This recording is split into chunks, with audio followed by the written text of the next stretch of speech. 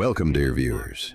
Today's episode is called The Real Reason Iran Hates Israel: How Khomeini's revolution changed everything. For more than 4 decades, Tehran and Jerusalem have stood as bitter enemies. But this was not always the case. So, let's begin. On February 1st, 1979, at precisely 9:33 in the morning, Air France Flight 454 landed at Tehran's Mehrabad airport. Among the passengers descending the stairs was an 80-year-old cleric dressed in traditional black robes. Ruhollah Khomeini had returned from 15 years of exile. Within 10 days, the government of Mohammad Reza Shah Pahlavi would collapse. Within weeks, the Israeli embassy in Tehran would be handed to the Palestine Liberation Organization.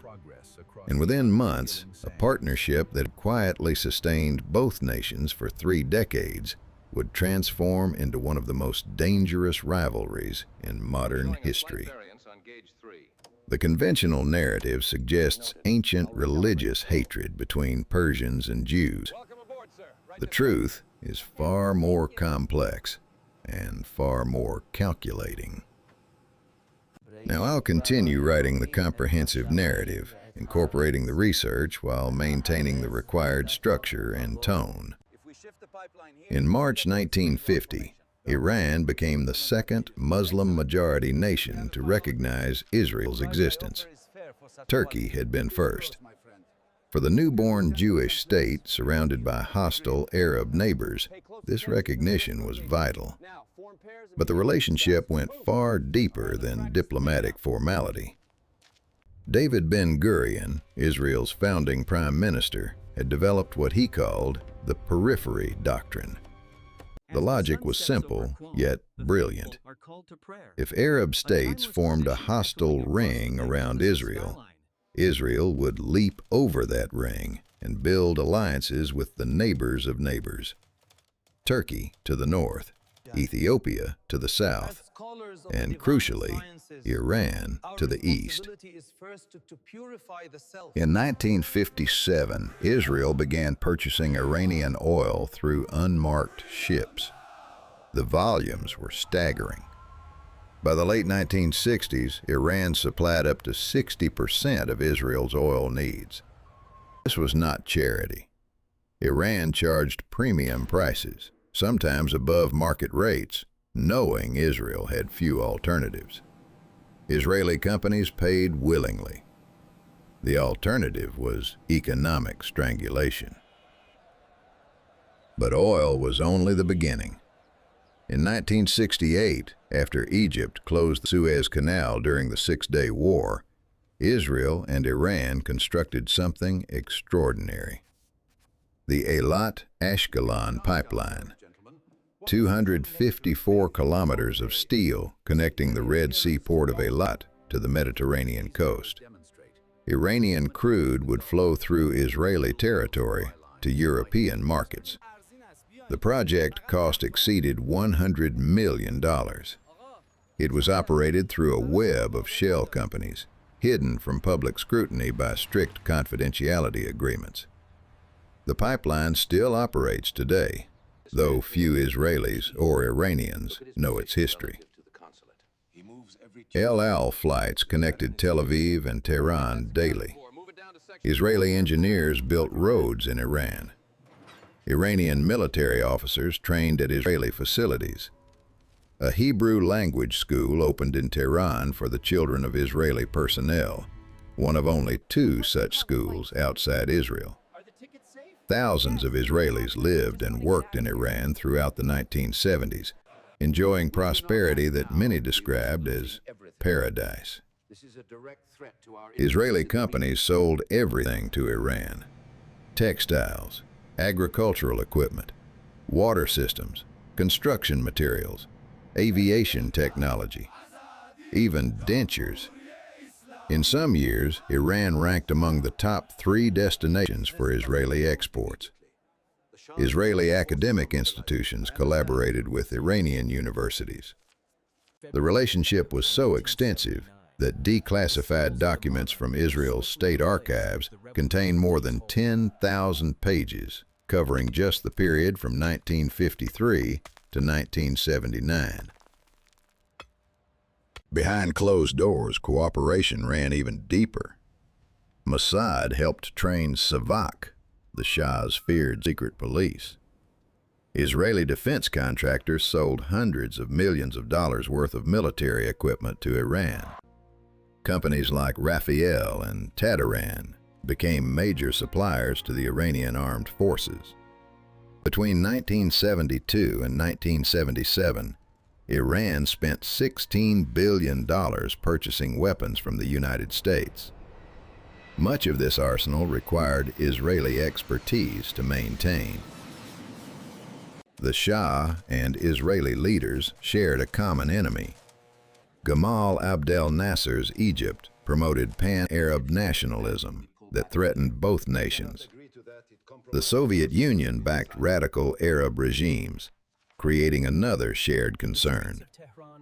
For Iran, a non-Arab Muslim state, and Israel, a non-Muslim Jewish state, the alliance made strategic sense. Ben-Gurion told the Knesset in October 1960 that this friendship existed and was stable because it was based on mutual advantages both countries enjoyed from their cooperation. Yet there was always tension beneath the surface. Iran never granted Israel full diplomatic recognition. The Shah refused to let Israel establish an official embassy in Tehran. Israeli representatives operated through unofficial missions. The heads of Israeli missions in Tehran from 1956 to 1979 never presented their credentials to the Shah, as customary with ambassadors. The relationship remained semi-covert, conducted in shadows. By 1979, Israel owed Iran approximately $1 billion for business conducted before the revolution. Part of this debt came from oil purchases. A larger portion stemmed from the operation of the Eilat-Ashkelon pipeline and associated port facilities, jointly owned by Israeli companies and the National Iranian Oil Company. This massive financial entanglement would never be fully resolved. Meanwhile, in the holy city of Qom, a different story was unfolding. Ruhollah Khomeini was born on May 17, 1902, the same date tradition ascribes to Fatima, daughter of the Prophet Muhammad. His father, Ayatollah Mustafa al-Musawi, had been a prominent Islamic scholar. Savak agents allegedly worked with Saddam Hussein's security forces to eliminate him. Khomeini never forgot. In November 1962, Israeli diplomats in Tehran sent their first telegram mentioning an Ayatollah in Qom called Khomeini. They used Latin letters to spell his name, showing how unfamiliar he was to Israeli readers. The telegram reported that this cleric was attacking the Zionists who were in Iran. It seemed unremarkable at the time. On June 3, 1963, Khomeini delivered a sermon at the Faqih seminary in Qom. He savagely criticized the Pahlavi regime, but more importantly, he drew attention to what he called a tragedy in the Islamic world: the usurpation of Palestine by Israel. He warned that this regime sought to destroy Islam, the Quran, and religious scholars. He exposed the Shah's secret ties with Israel. This speech marked the beginning of his revolutionary movement. The Shah's government arrested Khomeini. Protests erupted across Iran. Several demonstrators passed away in clashes with security forces. The regime was forced to release him. In November 1964, after another arrest, Khomeini was exiled. He would spend 15 years outside Iran, mostly in Najaf, Iraq. But his influence only grew. From exile, Khomeini developed a comprehensive ideological framework. He opposed what he called garbzadegi, a Persian term meaning West-toxification or West-struckness. Iranian intellectual Jalal al-Ahmad had coined this concept, arguing that Western culture was a plague infecting Iranian society. Khomeini embraced this idea and expanded it. The Shah's modernization programs, his ties with America and Israel, his secular policies, all represented this Western contamination that must be eliminated. When the Yom Kippur War erupted in 1973, Khomeini issued messages calling for Islamic unity against Israel. He outlined specific mechanisms for this struggle: comprehensive support for frontline forces battling Israel, avoidance of self-destructive differences and hypocrisy, financial backing for Palestinian fighters. These were not abstract principles. Khomeini was building a practical political program. After the Six-Day War in 1967, Khomeini began raising funds inside Iran to send to Palestinians. He collected zakat, the Islamic charitable tax. Savak documents reveal that the Iranian government was alarmed by these activities. They believed the Iranian public was sympathetic to the Palestinian cause. By 1970, the government tried to prevent such fundraising. Savak detained Ayatollah Morteza Motahari, Khomeini's close associate, and pressured him to stop. Motahari refused. What did you think about all this? Share your thoughts in the comments below. I'd love to hear your perspective on these complex historical relationships. Throughout the 1970s, as Israeli businessmen prospered in Tehran and oil flowed through the secret pipeline, Khomeini was assembling a coalition. Islamic scholars opposed to the Shah, leftist intellectuals angry about inequality, students protesting American influence, merchants hurt by economic policies, bazaar owners threatened by modernization. The Shah's brutal suppression of dissent through Savak only swelled Khomeini's ranks. Israeli intelligence failed to see what was coming. Mossad concluded that Iranians were angered by the Shah's domestic policies, but believed he could suppress opposition. Jerusalem was as surprised as Washington when the monarch collapsed. The last head of the Israeli mission in Tehran, Yosef Harmelan, served from 1978 to 1979. He witnessed the beginning of the end, but could not prevent it. In January 1979, massive protests paralyzed Iran. On January 16th, the Shah left for exile, officially transferring power to a regency council and prime minister. He would never return. 2 weeks later, Khomeini's Air France flight landed in Tehran. The city erupted in celebration. Within days, the provisional government collapsed. On February 11, 1979, the Islamic Republic was proclaimed. The transformation was immediate and symbolic. The Israeli embassy building on Takht-e Jamshid Avenue in Tehran was seized. The Star of David was torn down. Yasser Arafat, leader of the Palestine Liberation Organization, became the first foreign dignitary invited to revolutionary Iran. He arrived in Tehran and was ceremonially handed the keys to the former Israeli embassy. The Palestinian flag was raised where the Israeli flag had flown. El Al's office in Tehran was ransacked by protesters. The airline's equipment was destroyed. Direct flights between Tel Aviv and Tehran ceased instantly. Thousands of Israeli citizens fled Iran, abandoning homes, businesses, investments built over decades.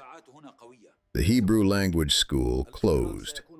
Israeli companies pulled out, leaving projects unfinished. Contracts worth billions became worthless overnight. Khomeini's first major foreign policy declaration came in August 1979.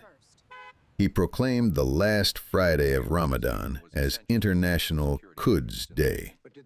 Quds is the Arabic name for Jerusalem. He invited Muslims worldwide to consecrate this day and proclaim international solidarity with Palestinians. For many years, he said, I have been notifying Muslims of the danger posed by the usurper Israel, which today has intensified its savage attacks against the Palestinian people. He called on Muslims to unite in cutting off the hands of this usurper and its supporters. This was not merely symbolic. Khomeini was positioning Iran as the champion of the Palestinian cause, despite Iran being neither Arab nor Sunni. He understood that Palestine could serve as a unifying issue that transcended the Sunni-Shia divide. By framing Israel as an enemy of all Muslims, not just Arabs, Khomeini was claiming leadership of the Islamic world. This was ideological warfare dressed as religious solidarity. But Khomeini's opposition to Israel was not simply about Palestine. It was about the Shah's entire legacy. During the 1960s and 70s, Israel had helped train Savak in interrogation techniques. Israeli security advisors had worked closely with the Shah's regime. To Khomeini and his followers, Israel represented everything they despised: Western influence, secular modernization, American imperialism, the betrayal of Islamic values. Israel became the little Satan alongside America, the great Satan.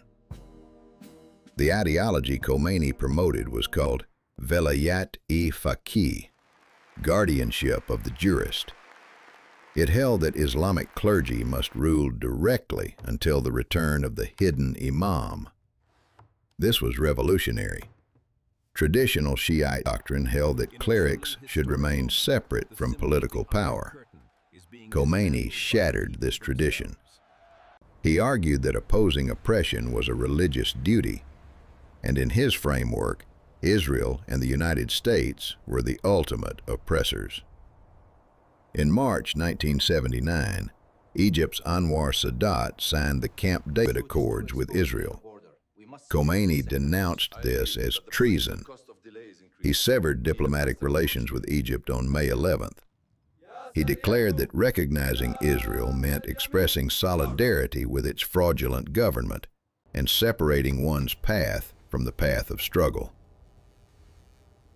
The Camp David Agreement, he proclaimed, would divide the Islamic nation and strengthen the Israeli front, a fire that would engulf not only Palestinians, but all countries in the Middle East. Yet even as Khomeini denounced Israel publicly, a secret channel remained open. The reason was simple: survival. On September 22, 1980, 18 months after the revolution, Iraqi forces invaded Iran. Saddam Hussein saw an opportunity. Iran's military was in chaos. Between 1979 and 1980, approximately 60% of Iran's military personnel quit or were purged. Thousands of officers were imprisoned, or worse, for their loyalty to the Shah. In Iran's Khuzestan province, which borders Iraq, there were reportedly only 28 operational tanks when the invasion began. The Iranian Air Force, once one of the region's strongest, was crippled. Only 40% of aircraft remained salvageable. Iran desperately needed weapons, spare parts, ammunition. American equipment purchased by the Shah now sat useless without maintenance. The United States had imposed an arms embargo after Iranian students seized the American embassy in November 1979, taking 52 Americans hostage. Iran's first prime minister, Mehdi Bazargan, had reached out to the Carter administration for military assistance. Washington refused to become involved in Iran's internal affairs. By fall 1979, Bazargan's moderate faction was losing power to hardliners. After the embassy seizure, all official channels to American weapons closed. Iran had no choice but to look elsewhere. In early 1980, the first arms deal between Israel and Khomeini's Iran occurred. Israel sold Iran a large number of tires for F-4 Phantom fighter jets. The sale price was approximately $300,000. This initial transaction was negotiated through back channels. The net profit from this sale helped create what became a substantial extra budgetary fund within Israeli intelligence circles. Mohammad Reza Aminizadeh, an Iranian officer who sought asylum in England in 1985, described in an interview with London-based magazine Al-Dastur his observation of the first contacts. The head of the Israeli mission at the time was Colonel Uri, a high-ranking army officer. When Colonel Uri reached Tehran, Aminizadeh guided him by helicopter to Lavisan garrison. After 5 days in Tehran, Uri met most high-ranking officials of the Islamic Republic, even while American diplomats were still held hostage.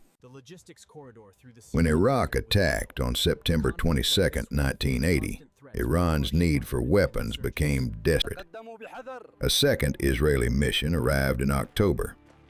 On October 24, 1980, shipments of Scorpion tank parts and 250 F-4 jet tires were dispatched to Iran. Other military supplies stored in Europe were clandestinely shipped to Iranian ports like Chabahar, Bandar Abbas, and Bushehr. These included spare parts for F-4 jets, helicopters, and missile systems. According to Gerard Beau, a journalist for Luxembourg RTL at the front line when war broke out, approximately 350 Israeli technicians were working at Iranian air bases in 1980. They helped operate F-4, F-5, and F-14 jets and trained Iranian specialists.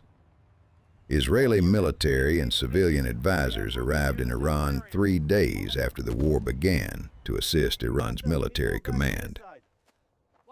John Bullock and Harvey Morris reported that Israelis devised and manufactured huge, lightweight polystyrene blocks that Iranian assault forces carried to build instant makeshift causeways across Iraqi water defenses in front of Basra.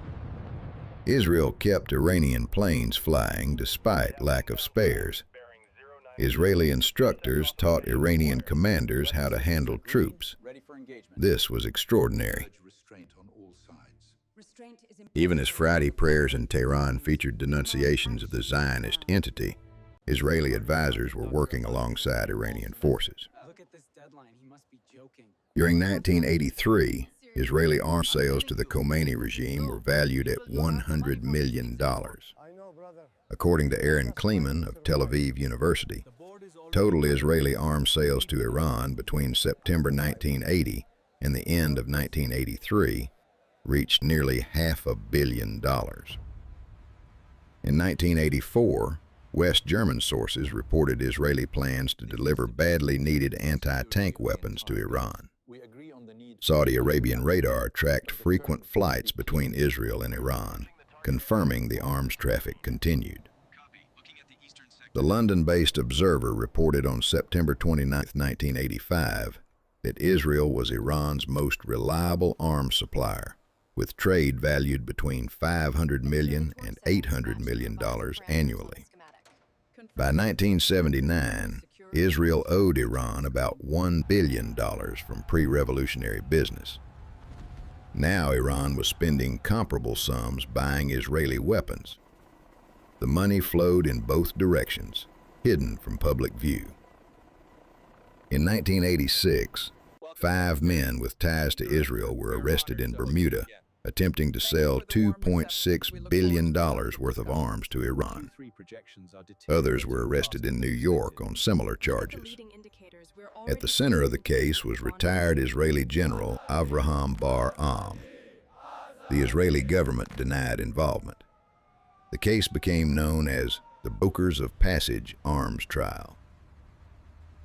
The Iran-Contra affair exposed the deepest layer of this secret cooperation.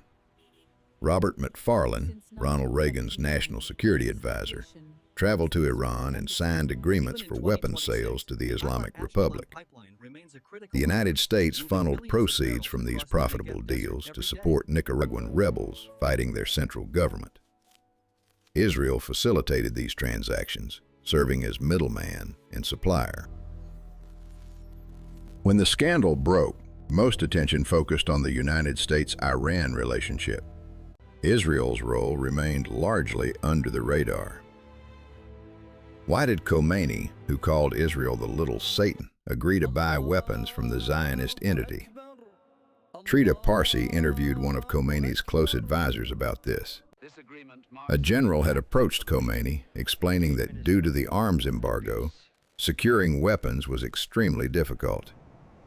They had managed to obtain a significant arms shipment. When asked where these weapons came from, the general admitted they came from Israel. Khomeini paused, then replied with a question. "Are the weapons good?" The general confirmed they were. Khomeini's response was pragmatic. "Then take them. We can use Israeli weapons to destroy Israel later." This reveals the core of Khomeini's strategy. Ideology was loud and public. Policy was quiet and ruthless. Iran's survival took precedence over revolutionary purity. During the war, Iranian leadership promised soldiers that after conquering Baghdad, the next stop would be the liberation of Jerusalem. "The path to Jerusalem passes through Karbala," Khomeini declared, referencing the holy Shia city in Iraq. Yet simultaneously, Iranian forces were using Israeli-supplied weapons to fight Iraqi forces. Iraq also faced Iran with terrible force. Chemical weapons became Saddam Hussein's answer to Iranian human wave attacks. Iraq acquired and produced substantial quantities of chemical agents throughout the 1980s. These included H-series blister agents and G-series nerve agents. Iraq built these into rockets, artillery shells, aerial bombs, and warheads for al-Hussein's Scud missile variants. When used on troop assembly areas and supporting artillery, chemical weapons proved singularly effective against masses of Iranian forces. The war evolved into brutal attrition. From 1980 to 1988, estimates suggest the conflict produced between 1 million and 2 million total casualties on both sides. Perhaps 500,000 individuals passed away. Iran suffered the greatest losses. Between 50,000 and 100,000 Kurds perished when Iraqi forces conducted elimination campaigns in 1988. The War of the Cities saw Iraqi missiles and airstrikes target Tehran and other major Iranian urban centers. Iran responded with its own missile launches. In May 1984, Iraq launched the War of the Cities offensive, firing missiles and conducting airstrikes against Tehran and other major Iranian population centers. Iraqi attacks resulted in numerous civilian casualties. In response to Iranian missile attacks against Baghdad, approximately 190 missiles were fired by Iraq over a 6-week period at Iranian cities in 1988. The threat of chemical warhead-equipped missiles targeting Tehran is cited as a significant factor in Iran's acceptance of a disadvantageous peace agreement. During this period, another secret Israeli-Iranian operation unfolded. On September 30, 1980, shortly after Iraq's invasion, the Iranian Air Force executed Operation Scorch Sword. Iranian aircraft bombed Iraq's Osirak nuclear facility. The attack caused limited damage due to technical constraints.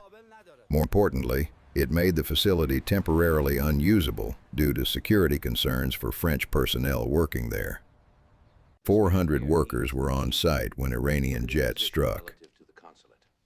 On June 7, 1981, Israeli F-16A fighter aircraft, escorted by F-15As, bombed and heavily damaged the same Osirak reactor.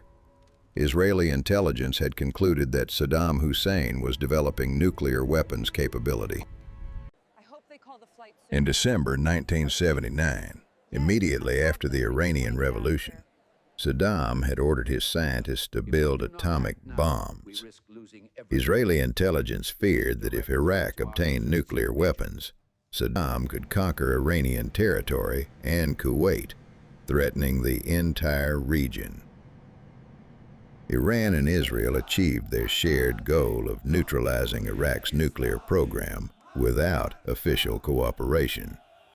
Both nations recognized Saddam Hussein as an existential threat. This convergence of interests required no formal alliance. Each acted independently, yet the result served both. Political scientist Dan Ryder argued that if Osirak had not been destroyed, Iraq would have become a nuclear state in the 1980s, and Saddam might have conquered large portions of Iranian territory, plus Kuwait. The region might have suffered nuclear devastation. International dynamics shaped the conflict. Iraq received support from Saudi Arabia, Kuwait, other Persian Gulf states, the Soviet Union, China, France, the United States, and the United Kingdom. Most Arab countries backed Iraq against Iran, viewing Khomeini's revolutionary ideology as a threat. Iran's supporters were limited. Syria, Libya, North Korea, and, paradoxically, Israel. This coalition of Iran's backers was ideologically incoherent, united only by opposition to Iraqi aggression. The Iran-Iraq War ended with a United Nations brokered ceasefire that became effective in August 1988. Both countries were exhausted. The devastating 8-year conflict ended in stalemate. It had reshaped Iranian society and strategy. The war convinced Iran's leadership that conventional military power alone could not guarantee national security. This realization would drive Iran's later pursuit of unconventional capabilities and proxy forces. Khomeini passed away on June 3, 1989, at age 87. His passing marked the end of an era, but not of his ideology. Ali Khamenei succeeded him as supreme leader. The system Khomeini built, Velayat-e Faqih, remained intact, and so did the commitment to opposing Israel. With the Iran-Iraq War concluded and the Soviet Union collapsing, regional dynamics shifted fundamentally. Iraq emerged weakened from the conflict, but still threatening. In August 1990, Saddam invaded Kuwait. The United States and coalition forces expelled Iraqi forces in early 1991. Operation Desert Storm decimated Iraq's military capabilities. Saddam's regime, once supported by the West against Iran, now became America's primary enemy in the region. This created a new strategic environment. During the 1980s, Iranian and Israeli cooperation existed because both feared Iraqi power. With Iraq crushed, that common interest vanished. The brief clandestine partnership had served its purpose. By the early 1990s, Iran and Israel transformed from cold enemies into open adversaries. The secret arms deals ended. The pragmatic cooperation disappeared. What remained was ideological confrontation. Throughout the 1990s, Iran developed a new regional strategy. Rather than relying on conventional military confrontation, Tehran built networks of proxy forces.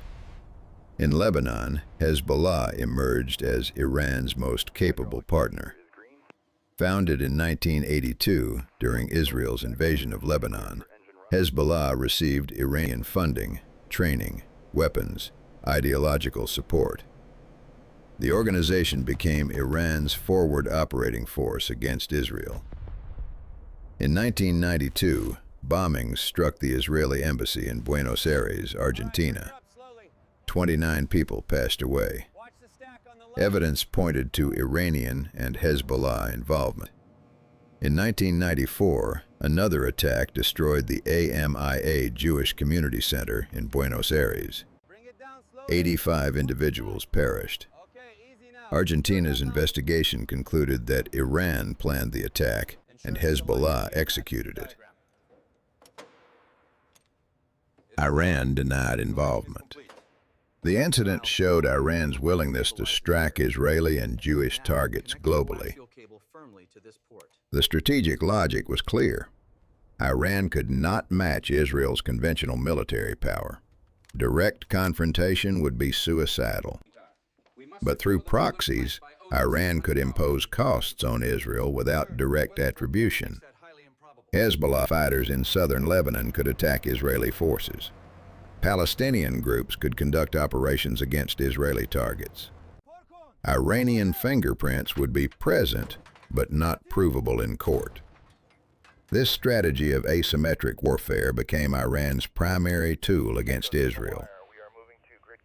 Iran also invested in missile development. Throughout the 1990s and 2000s, Iranian missile capabilities steadily improved. The Shahab missile series, based on North Korean designs, gave Iran the ability to strike targets throughout the Middle East. By the early 2000s, Iran could theoretically reach Israeli territory with ballistic missiles. This capability shifted strategic calculations. Israel, for the first time since 1979, faced the possibility of direct Iranian strikes on its homeland. Khomeini's International Quds Day became institutionalized. Every year on the last Friday of Ramadan, rallies occurred in Tehran and other Iranian cities. Participants chanted anti-Israeli slogans, burned flags, listened to speeches calling for Israel's elimination. Iranian leaders used these events to demonstrate revolutionary commitment. Supreme Leader Khamenei repeatedly described Israel as a cancerous tumor that must be removed. This rhetoric was not merely symbolic. It reflected genuine policy objectives. Iranian support extended to multiple Palestinian organizations. Hamas, the Sunni Islamist movement that won Palestinian elections in 2006, received Iranian backing, despite theological differences. Palestinian Islamic Jihad, another militant group, maintained close ties with Tehran. These relationships allowed Iran to claim leadership of Palestinian resistance while bypassing Arab governments that normalized relations with Israel. In 2006, Hezbollah and Israel fought a 34-day war in Lebanon. Hezbollah fired approximately 4,000 rockets into northern Israel. Israeli airstrikes and ground operations targeted Hezbollah positions. The war ended inconclusively. Israel failed to destroy Hezbollah. Hezbollah demonstrated new capabilities, including sophisticated anti-tank weapons and medium-range rockets. These weapons came from Iran. The conflict showed that Iran's proxy strategy was working. Iran's nuclear program became the central point of Israeli-Iranian confrontation during the 2000s. Iran maintained its nuclear activities were peaceful for energy generation. International inspectors found evidence suggesting weapons research. Israeli intelligence concluded Iran was pursuing nuclear weapons capability. For Israel, an Iranian nuclear weapon represented an existential threat. Unlike conventional conflicts, nuclear weapons could threaten Israel's survival in single strikes. Israeli leaders considered military options. In 2007, Israeli aircraft struck a suspected Syrian nuclear facility at Al-Kabar. The operation showed Israel's willingness to prevent nuclear proliferation in neighboring states. But Iran's nuclear facilities were more numerous, better defended, and farther away. Some Israeli military officials questioned whether successful strikes were feasible. The debate over attacking Iranian nuclear sites consumed Israeli strategic planning. International sanctions targeted Iran's nuclear program throughout the 2000s. The United States and European Union imposed economic restrictions. Iranian oil exports faced limitations. Banking transactions became difficult. The Iranian economy suffered. Yet the nuclear program continued. In 2015, Iran, the United States, the United Kingdom, France, Germany, Russia, and China negotiated the Joint Comprehensive Plan of Action. Iran agreed to limitations on nuclear activities in exchange for sanctions relief. Israeli Prime Minister Benjamin Netanyahu vehemently opposed this agreement. He argued it legitimized Iranian enrichment capabilities and provided insufficient oversight. When Donald Trump became United States President in 2017, he withdrew America from the agreement. Sanctions returned. The accord collapsed. Iran resumed nuclear activities previously restricted. The cycle of confrontation intensified. In Syria, Iranian forces established a permanent presence. When civil war erupted in 2011, Iran supported Bashar al-Assad's government. Iranian Revolutionary Guard Corps advisors deployed to Syria. Hezbollah fighters joined the conflict. Iran used Syria as a corridor to supply Hezbollah in Lebanon and to position forces near Israeli borders. Israel conducted hundreds of airstrikes against Iranian targets in Syria, preventing permanent military installations. In Yemen, Iran backed Houthi rebels fighting the internationally recognized government. When Saudi Arabia intervened militarily in 2015 to support the government, Iran supplied Houthis with weapons, training, intelligence. The Houthis fired missiles at Saudi targets. Iranian support allowed a relatively small rebel force to sustain operations against a much wealthier coalition. This demonstrated Iran's ability to project power across the Middle East through proxies. Documents seized by Israeli forces in Gaza during operations revealed coordination between Hamas, Hezbollah, and Tehran. Iranian funding flowed to Palestinian groups. Training programs brought Palestinian fighters to Iran. Weapons shipments, though intercepted multiple times by Israeli and international forces, continued. Iran's stated objective remained constant: the elimination of Israel as a Jewish state. But beneath the ideology lies cold strategic calculation. Iran's opposition to Israel serves multiple purposes. It provides revolutionary legitimacy to a regime facing domestic discontent. It allows Iran to claim leadership in the Muslim world despite being Shia and Persian in a predominantly Sunni Arab region. It justifies military spending and proxy networks that extend Iranian influence. It diverts attention from economic failures and political repression.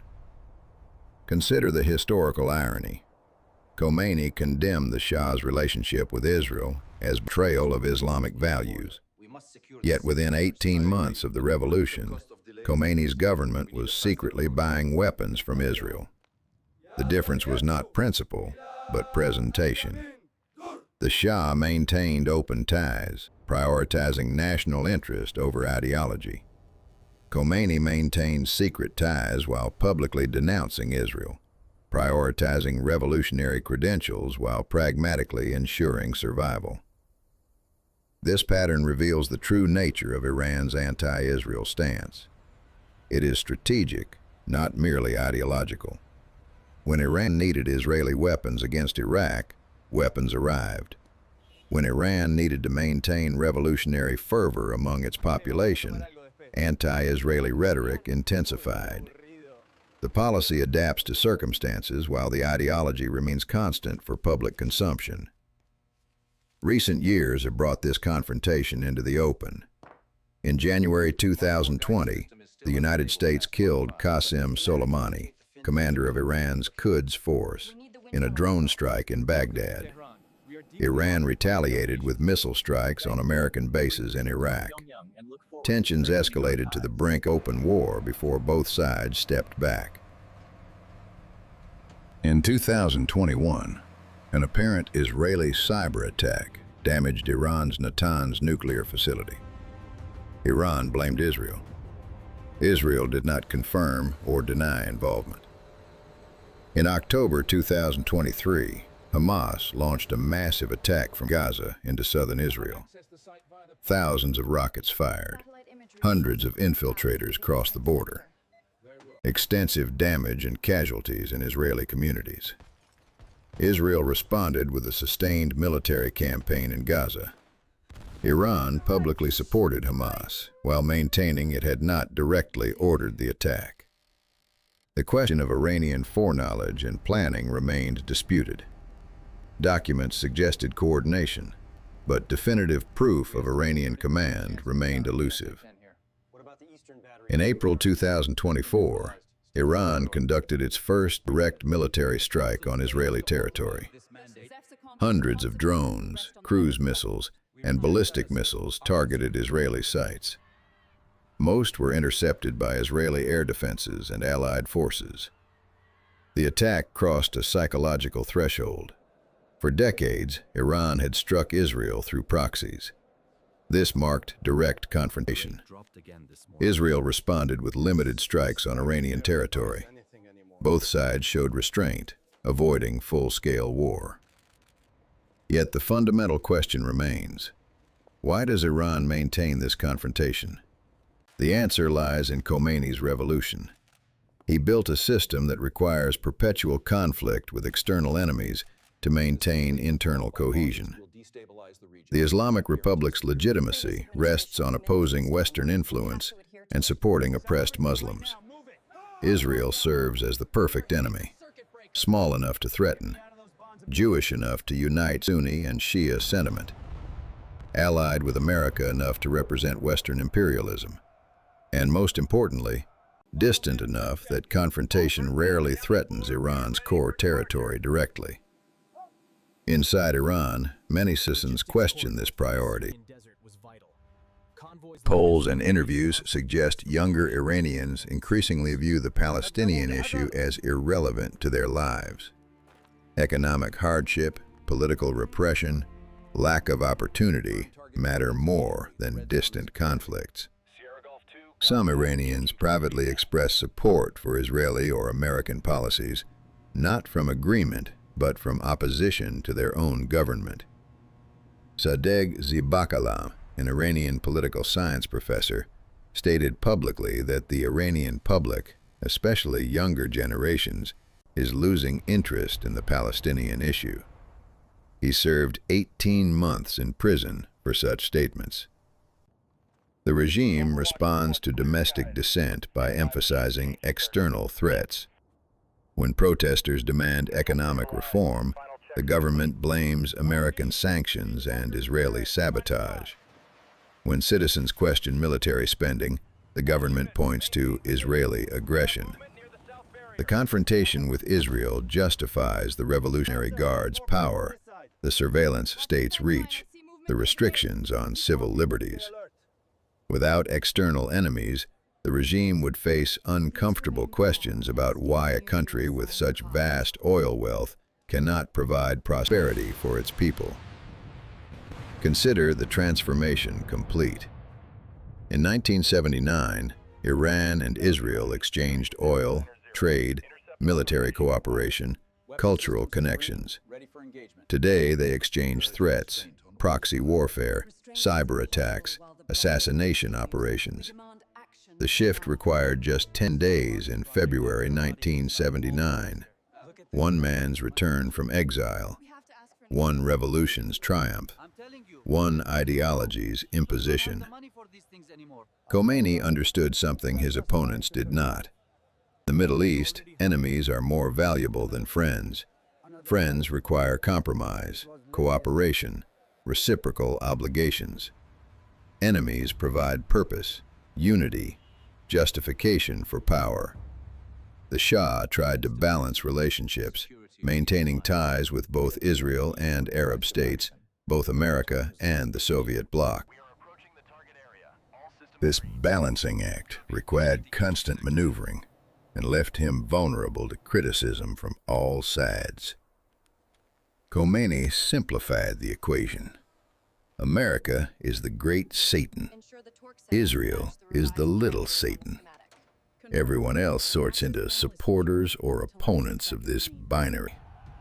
No ambiguity, no contradiction, no need for sophisticated diplomacy. This strategy worked brilliantly for regime survival. The Islamic Republic has now lasted longer than the Pahlavi dynasty it replaced.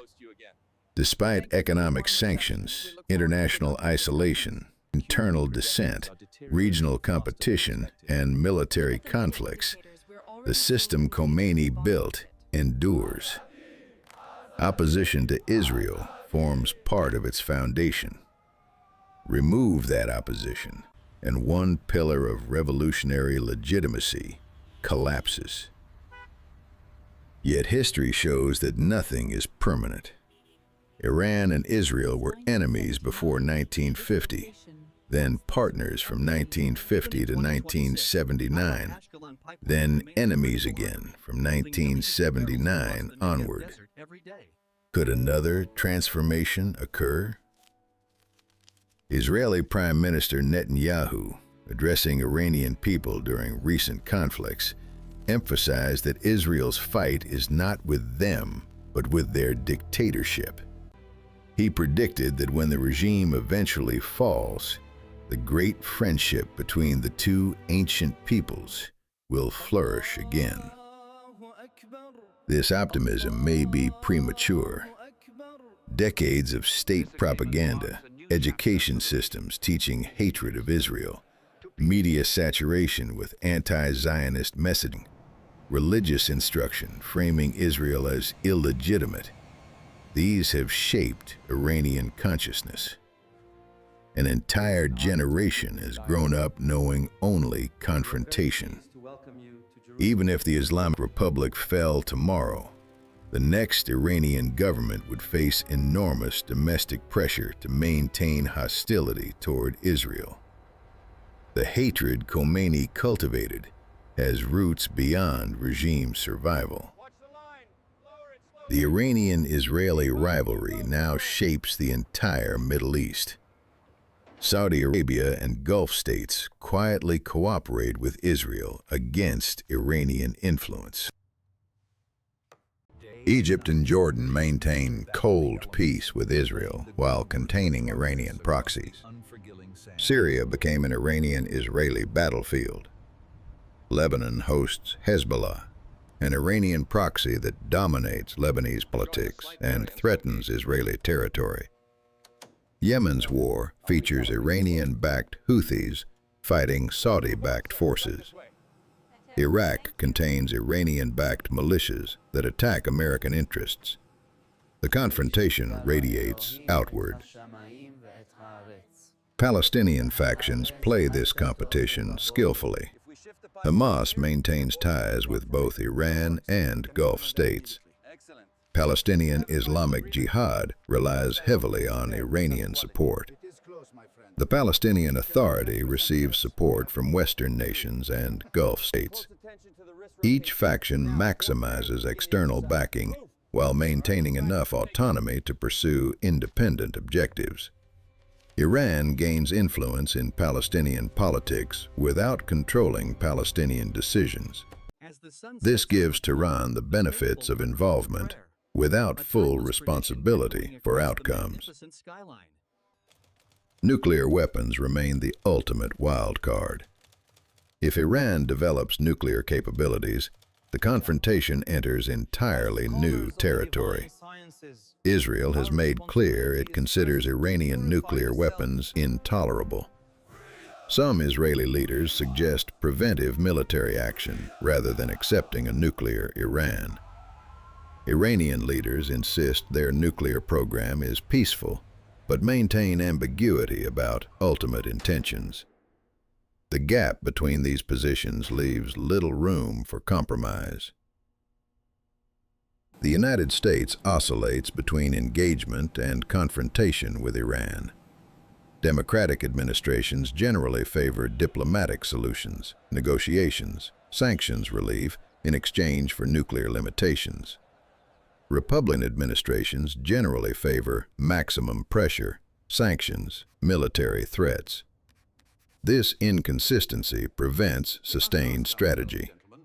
Iran adapts to each American administration, advancing its program during permissive periods, enduring during pressure periods. The result is gradual Iranian progress toward whatever threshold Iranian leaders have set. Intelligence operations continue daily. Israeli intelligence services conduct operations inside Iran, sabotaging facilities, assassinating nuclear scientists, stealing documents, recruiting agents. Iranian intelligence services conduct operations targeting Israeli and Jewish facilities worldwide, planning attacks, gathering information, maintaining networks. Both sides engage in cyber warfare, attacking infrastructure, stealing data, disrupting operations. This shadow war rarely makes headlines, but shapes the confrontation as much as public events. Trade between Iran and Israel is now impossible. The oil that once flowed through the Eilat-Ashkelon pipeline comes from other sources. Israeli companies that prospered in Tehran operate elsewhere. Iranian students who studied at Israeli universities go to European or American institutions. The Hebrew school in Tehran is memory. El Al flights between Tel Aviv and Tehran are unimaginable. The economic relationship that sustained both countries for decades is completely severed. Iranian Jews face difficult circumstances. Once numbering 80,000 before the revolution, perhaps 10,000 remain today. They are recognized as a protected minority under Iranian law. Synagogues operate, Jewish schools function, but the community lives under constant scrutiny. Accusations of Zionism can be dangerous. Many have quietly immigrated to Israel, America, Europe over the decades. Those who remain maintain low profiles, emphasizing their distinction from Zionists. The International Quds Day rallies continue every year. In Tehran, crowds gather carrying Palestinian flags, burning Israeli flags, chanting slogans. Senior Iranian officials deliver speeches promising Israel's eventual elimination. These events receive extensive coverage in Iranian state media. Participation has declined in recent years, according to some observers. Many Iranians view the demonstrations as mandatory theater rather than genuine expression of sentiment. But the regime ensures the spectacle continues, maintaining revolutionary tradition. Proxy warfare will likely intensify before it diminishes. Iran has invested decades building its network of allied forces. Hezbollah in Lebanon possesses sophisticated weapons and extensive combat experience. Hamas in Gaza maintains armed capabilities despite Israeli operations. Palestinian Islamic Jihad operates in both Gaza and the West Bank. Houthi forces in Yemen demonstrated ability to strike distant targets.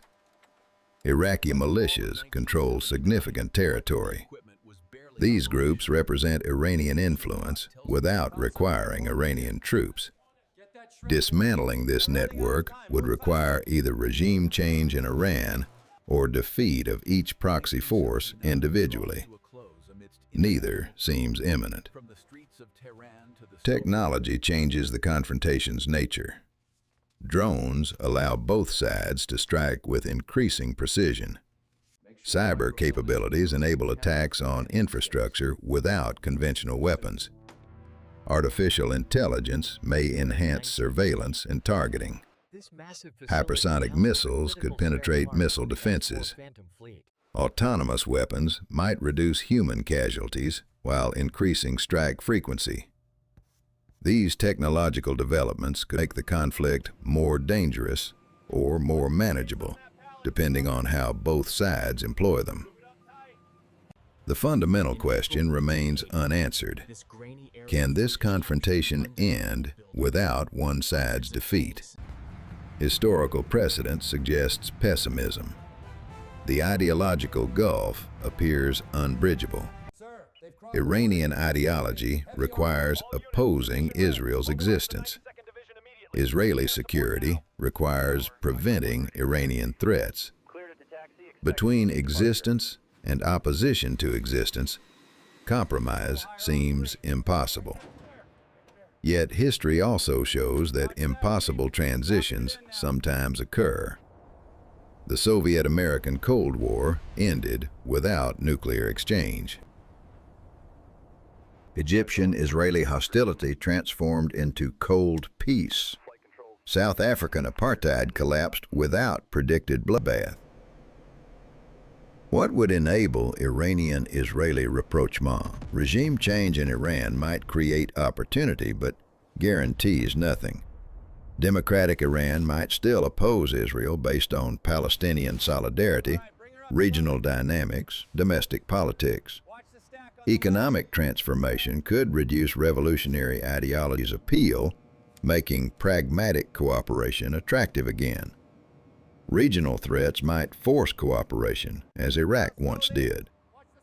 Generational change could diminish revolutionary fervor among Iranian leaders. None of these seem likely soon. Meanwhile, the confrontation continues. Israel strikes Iranian targets in Syria regularly. Iran supports groups attacking Israeli interests.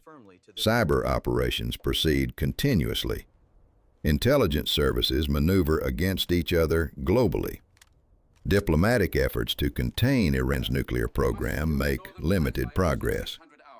The stalemate persists because neither side can decisively defeat the other, while neither side can accept compromise. 45 years after Khomeini's revolution, the question facing both nations is not whether confrontation will continue, but whether it will escalate beyond control. Limited conflicts, shadow wars, proxy confrontations maintain equilibrium. But equilibrium is fragile. Miscalculation, domestic pressure, technological breakthrough, regional crisis, any could trigger escalation. Both sides prepare for possibilities they hope to avoid. The bitter irony is that both nations would benefit from cooperation. Iran possesses vast oil and gas reserves, educated population, strategic location, ancient culture. Israel possesses technological expertise, agricultural innovation, medical advances, water management capabilities. These economies could complement each other brilliantly. But ideology trumps economics. Revolutionary purity matters more than prosperity. The enemy image serves regime purposes better than partnership benefits. $1 billion. That was Israel's debt to Iran in 1979 for oil and pipeline operations. That debt was never paid. Iranian assets in Israel were frozen. Israeli investments in Iran were seized. Financial claims remained unresolved for decades.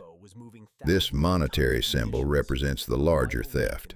Both nations stole from themselves the possibility of continued cooperation. Both chose ideology over interest. Both paid the price in sustained confrontation. Khomeini's revolution did not create hatred between Iranians and Israelis. It created hatred between their governments. The distinction matters. Iranian people and Israeli people hold no inherent animosity. They share no territorial disputes. They compete for no scarce resources. Their conflict is constructed, maintained by political systems that benefit from perpetual tension. Today, in 2026, Iranian missiles remain aimed at Israeli cities. Israeli aircraft stand ready to strike Iranian facilities. Proxies maneuver across multiple countries. Intelligence operations continue in shadows. The confrontation that Khomeini engineered in 1979 defines Middle Eastern dynamics almost half a century later. The oil that once connected these nations now fuels their militaries for potential conflict. The expertise that once built cooperation now builds better weapon systems. The flight path that once carried tourists now calculates missile trajectories.